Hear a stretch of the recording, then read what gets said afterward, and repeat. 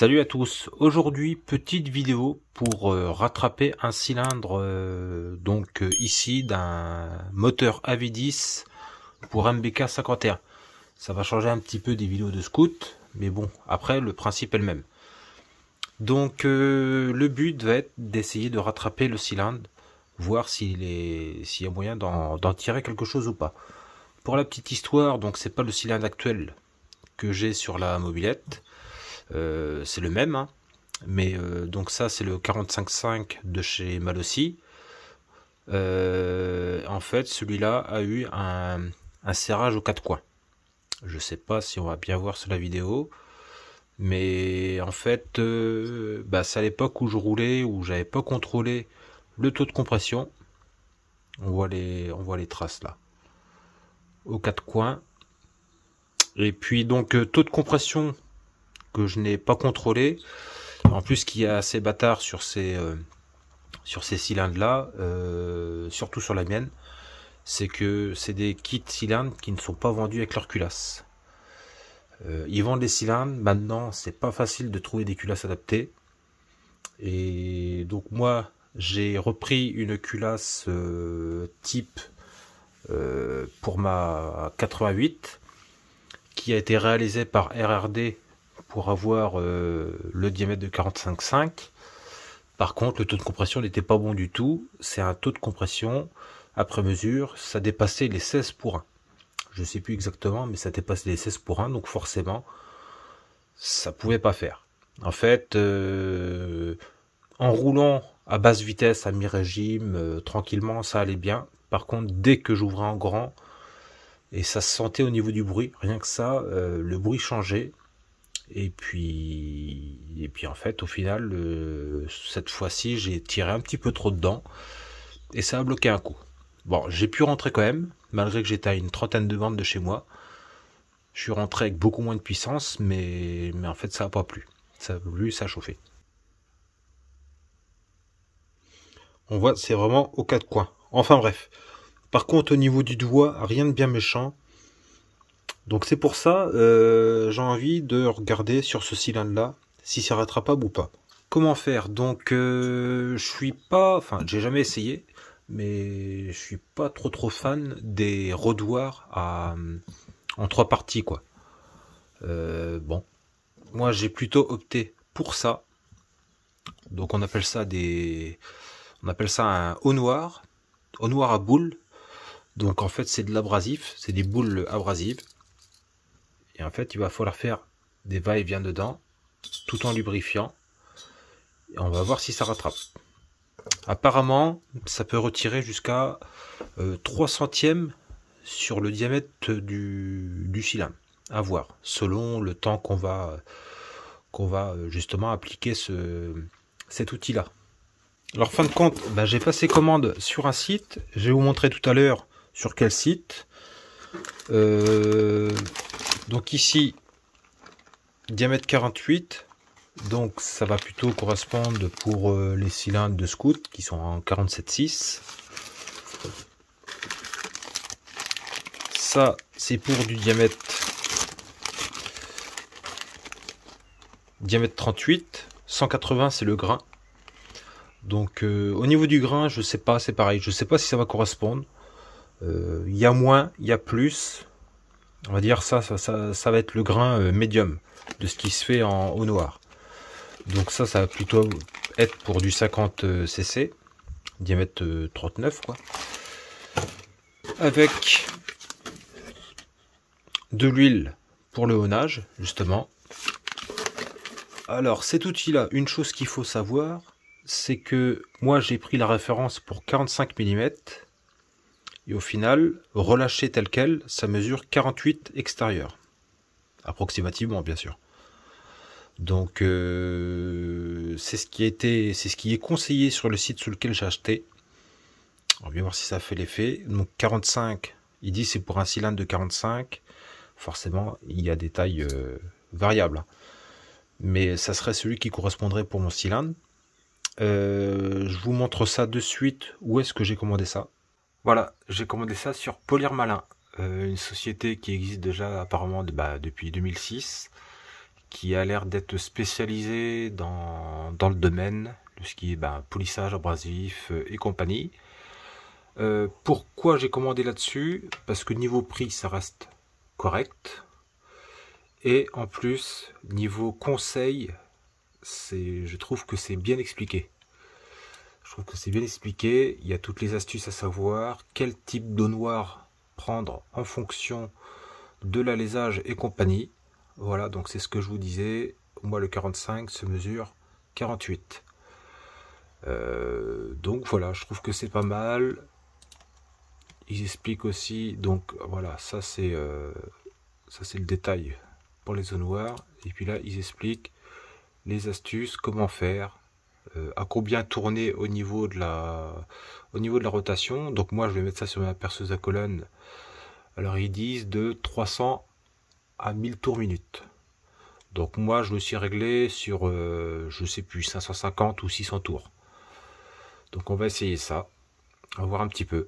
J'ai aucun partenariat avec cette société-là, hein, mais je trouve que c'est bien fait. Parce que si on va voir, admettons, sur des sites, des grands sites comme Amazon, de toute façon, les produits ne viennent pas de chez Amazon, mais de sociétés à côté. Hein. Par contre, niveau explication, niveau descriptif, on n'a rien.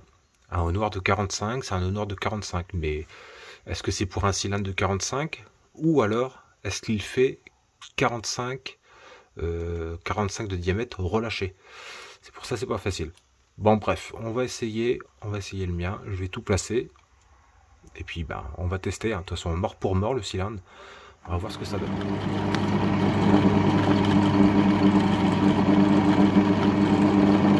Voilà. Ça, c'est la vitesse de rotation. 440 tours, 445, enfin bref.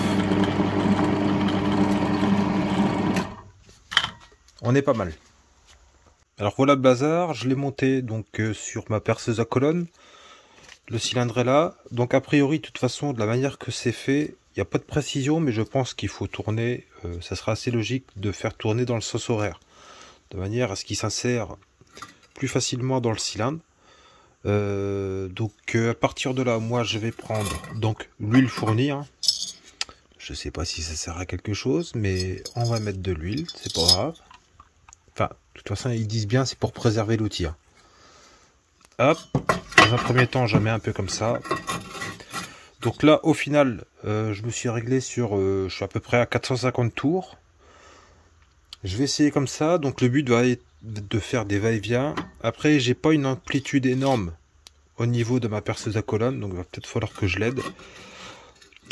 J'espère que ça va pas me prendre dans les mains. Je sais pas, je pense pas.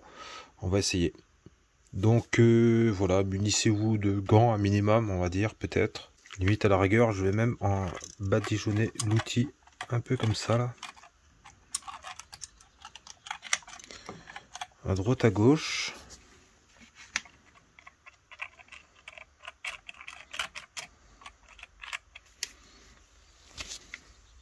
De toute façon, c'est pas trop grave, faudra tout laver par la suite. Hein.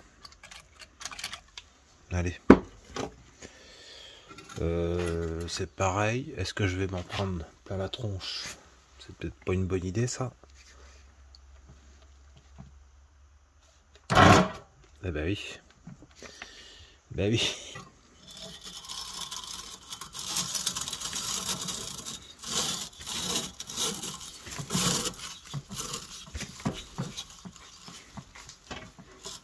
Ça c'est peut-être un peu dangereux. Hein.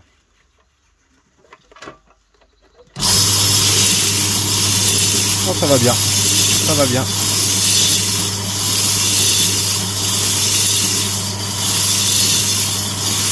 Il faut bien dépasser de chaque côté.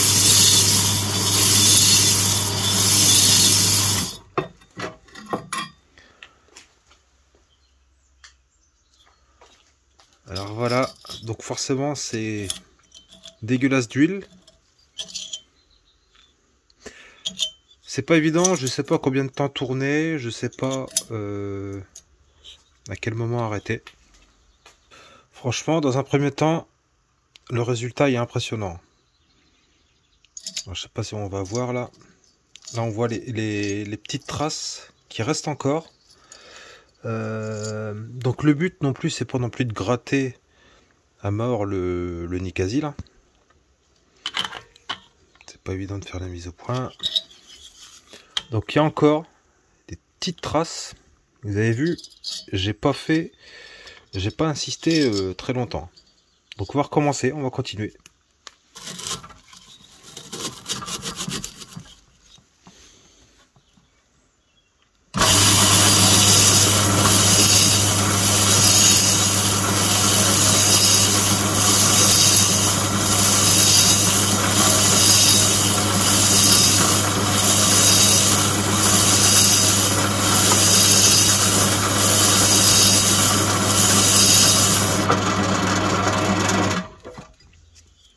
Par contre, faut être prêt à lâcher. Hein.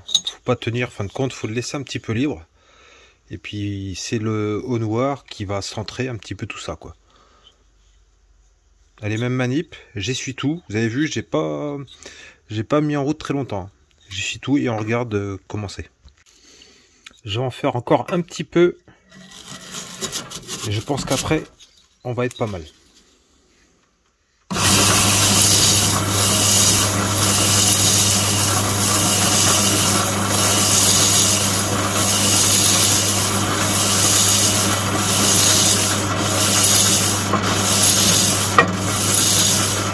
C'est vrai que là, dans ce sens-là, ça va tout seul.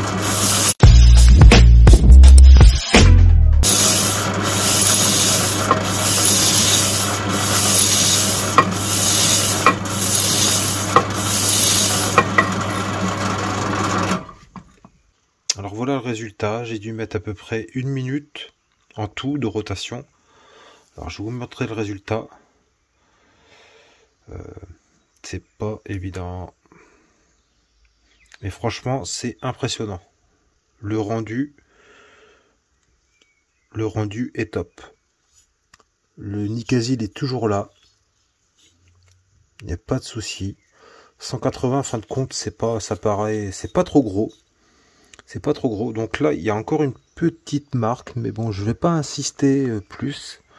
Là, il y en a une micro, mais vraiment, c'est... Franchement, c'est rien. C'est vraiment rien. Je suis... Ouais. Je suis assez bluffé quand même par le résultat. C'est impressionnant comment que ça le remet. Et puis sans effort. C'est pas poli. Donc là encore, je l'ai juste nettoyé au nettoyant frein.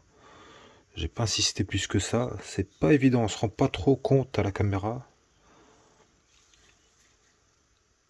Vous voyez, il y a toutes les stries pour le graissage du Nicasie. Alors à savoir que ce cylindre-là n'est pas non plus très vieux. Hein. Mais c'est super propre. Hein. C'est super propre. J'ai limite envie d'essayer avec un autre cylindre. Un cylindre en plus qui est plutôt intéressant. Qui ne se fabrique plus. Toujours pour Avidis. Ouais, je vous montre ça. Donc lui, franchement, il va tourner sans aucun problème. Sans aucun problème. Pour les connaisseurs, ce cylindre-là, on peut regarder sur YouTube, il n'y a pas grand-chose de ce cylindre-là. Donc c'est un 50. C'est un 50. Certains l'ont peut-être déjà reconnu. Là, on le reconnaît bien. Donc c'est le Polini en 50R, type G1, hein, c'est pas un vrai G1, mais un petit 50 bien sympa. Donc échappement sortie W. Et donc en fait, alors c'est pareil, à la vidéo ça paraît propre. Mais lui par contre je le bloqué. Donc c'est un cylindre, par contre c'est pas Nicasie, c'est du chrome. Je sais pas s'il y a moyen de faire ce que je vais lui faire. On va bien voir. De toute façon, mort pour mort. Donc c'est un cylindre qui a fait un serrage limite. Ça par contre c'était plutôt un serrage trop pauvre. Les segments qu'on râpait sur le côté, alors pareil, à l'époque j'avais fait aucune métrologie de ce cylindre là, aucune de chez aucune, mais c'est pas un serrage aux quatre coins. Là par contre on voit bien les stries.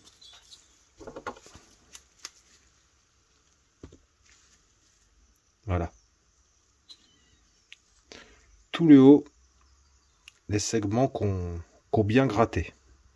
Donc ça c'est du chrome. On va voir si c'est rattrapable. Je vais faire la même chose parce que j'ai l'eau noire qui va pour ce cylindre là. Je disais que j'avais eu certainement une surchauffe. Ça c'est pas impossible. Mais à mon avis, quand on voit en fait la trace, les traces sont vraiment que sur le segment. Comme si en fait le segment, en fait on voit bien, il a frotté partout autour. Et donc ça en fait c'est possible que ça soit une des causes d'un segment trop serré. Un jeu à la coupe trop serré, ça chauffe. Et là en fait il vient raboter la paroi du cylindre, quoi, tout simplement. En fait je pense que c'est ce qui a dû se passer. On voit vraiment la démarcation. On voit juste en dessous le transfert. Et puis là on voit vraiment la course réelle du segment, quoi. Donc ça à mon avis, ça c'est plutôt un souci de, voilà, de segment trop serré. Alors sachant qu'en fait sur ce cylindre là, je me souviens, ça remonte à, c'était en 2015 de souvenir. Justement sur le cylindre d'occasion, celui-ci actuel, j'avais racheté des segments, ça se vendait encore, je sais pas si ça se vend encore, mais j'avais racheté des segments et puis j'ai pas fait de jeu à la coupe, hein, tout bêtement. Et à mon avis c'est ce qui s'est passé, quoi, parce qu'elle marchait bien, hein, elle marchait bien, et puis là c'est pareil, hein. Ça s'est passé sur un trajet, il y avait bien une quarantaine de kilomètres, j'ai pas mal bourré, et puis à un moment bah, ça a coincé, donc voilà le résultat, à mon avis, à confirmer, mais je pense que ça c'est un jeu à la coupe des segments, enfin des segments du segment qui était trop juste. Donc ici un Onward qui fait diamètre 38 et libre il fait 41 mm. Donc ça va aller pour ce cylindre là. Même manip que pour l'autre. Je monte tout et on essaie.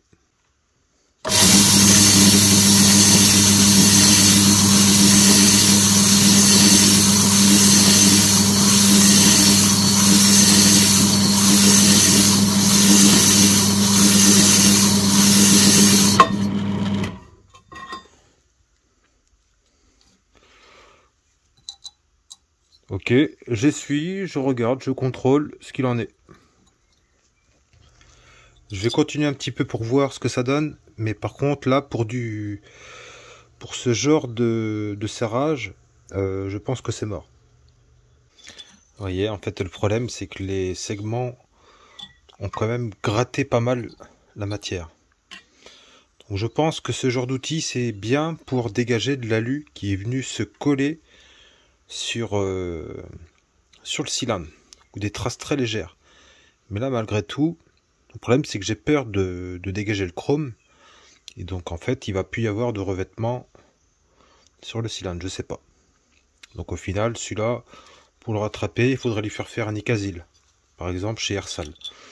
Ils ont un très bon prix. Après reste à trouver le piston qui va bien, parce que Polini les fabrique plus.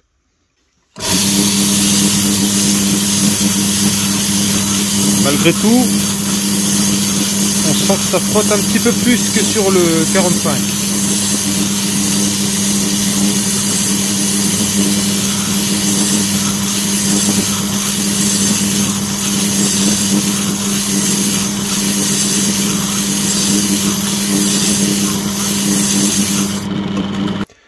Bon, ben résultat sur du chrome, et puis quand c'est un peu creusé, ben forcément c'est pas trop concluant, mais ça reste logique.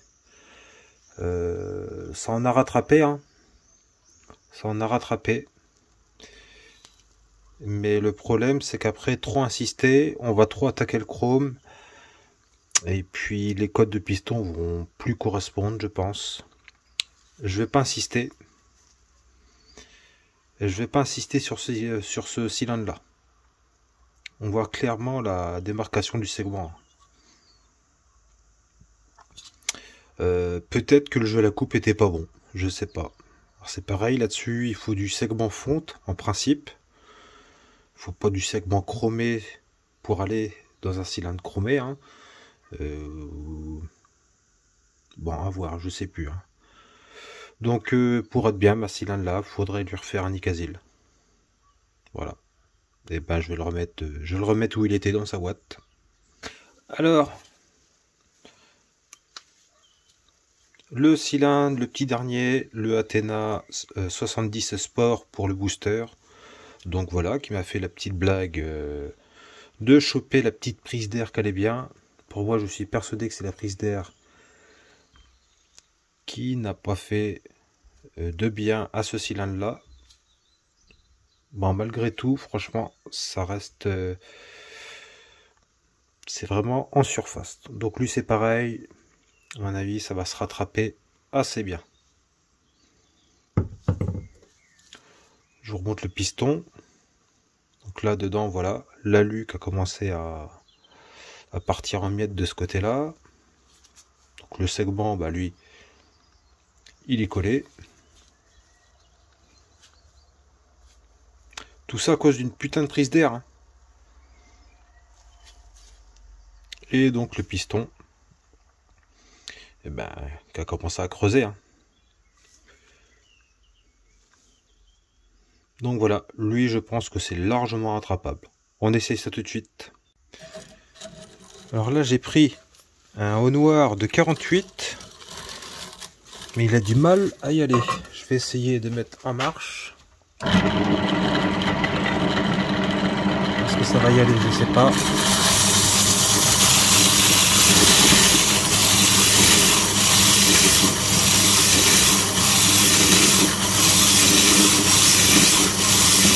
Quand ça tourne, c'est plus facile.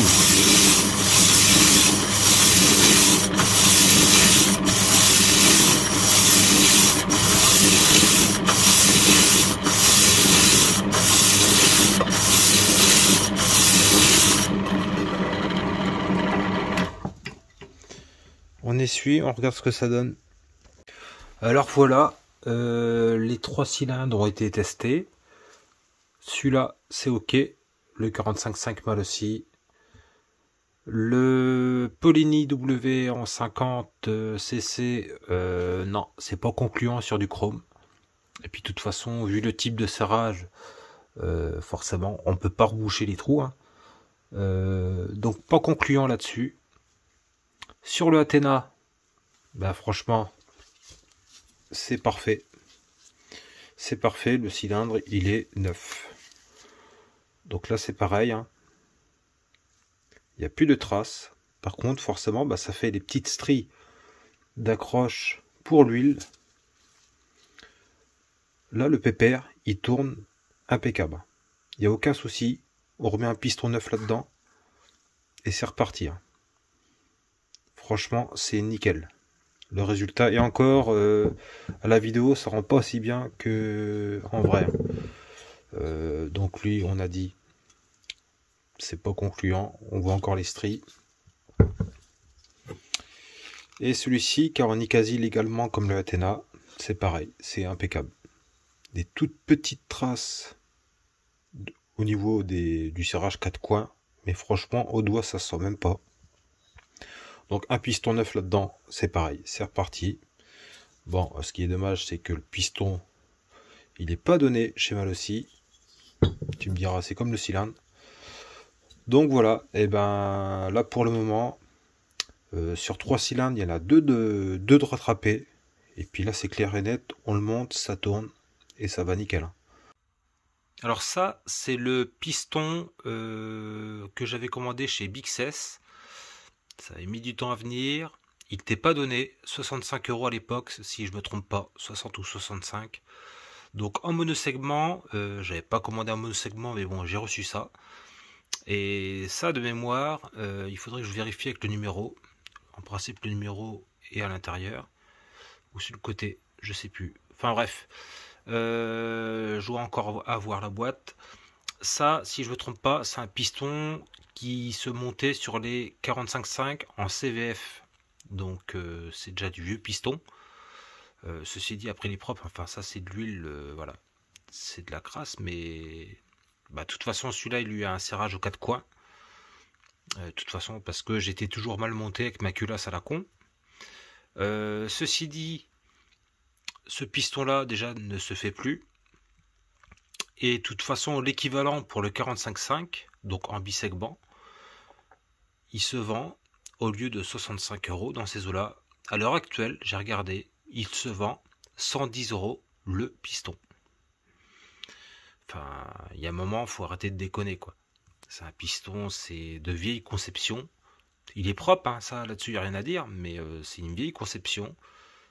Et là, ils vendent ce prix-là, 110 € ou 112 ou 115, je sais plus, le piston.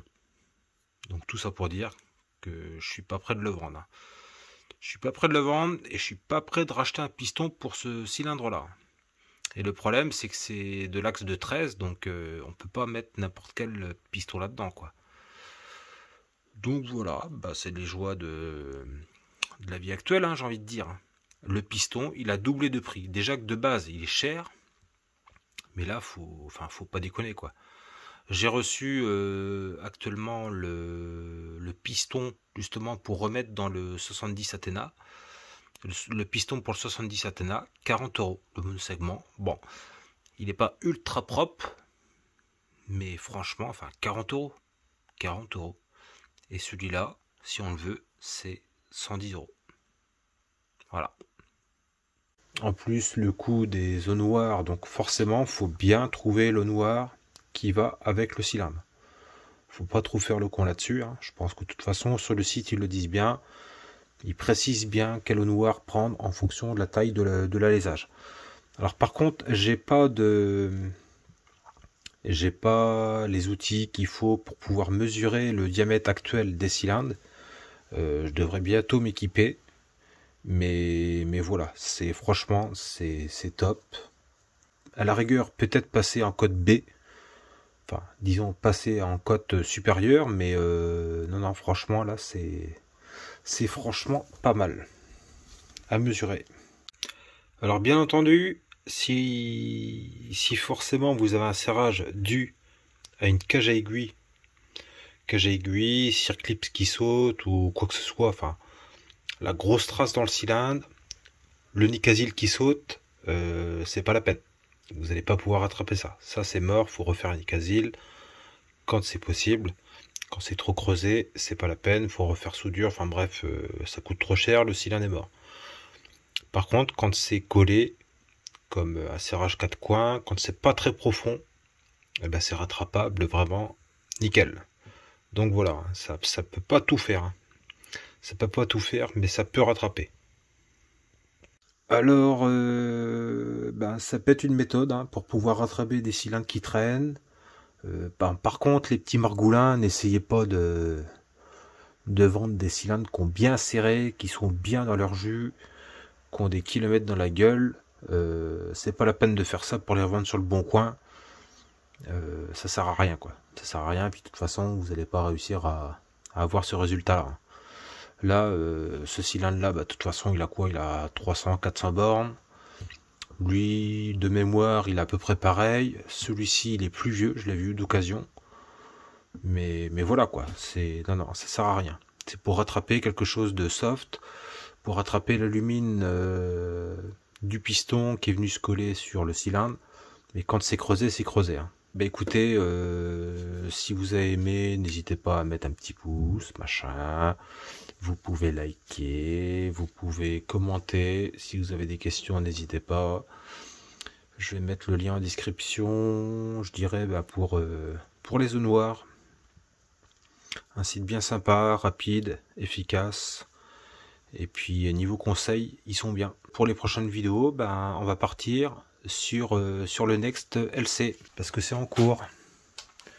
C'est en cours, j'ai tout débioté. Lui, il est placé. Donc là déjà il va falloir que je taille un petit peu pour pas que ça touche au niveau du carter de pompe à eau.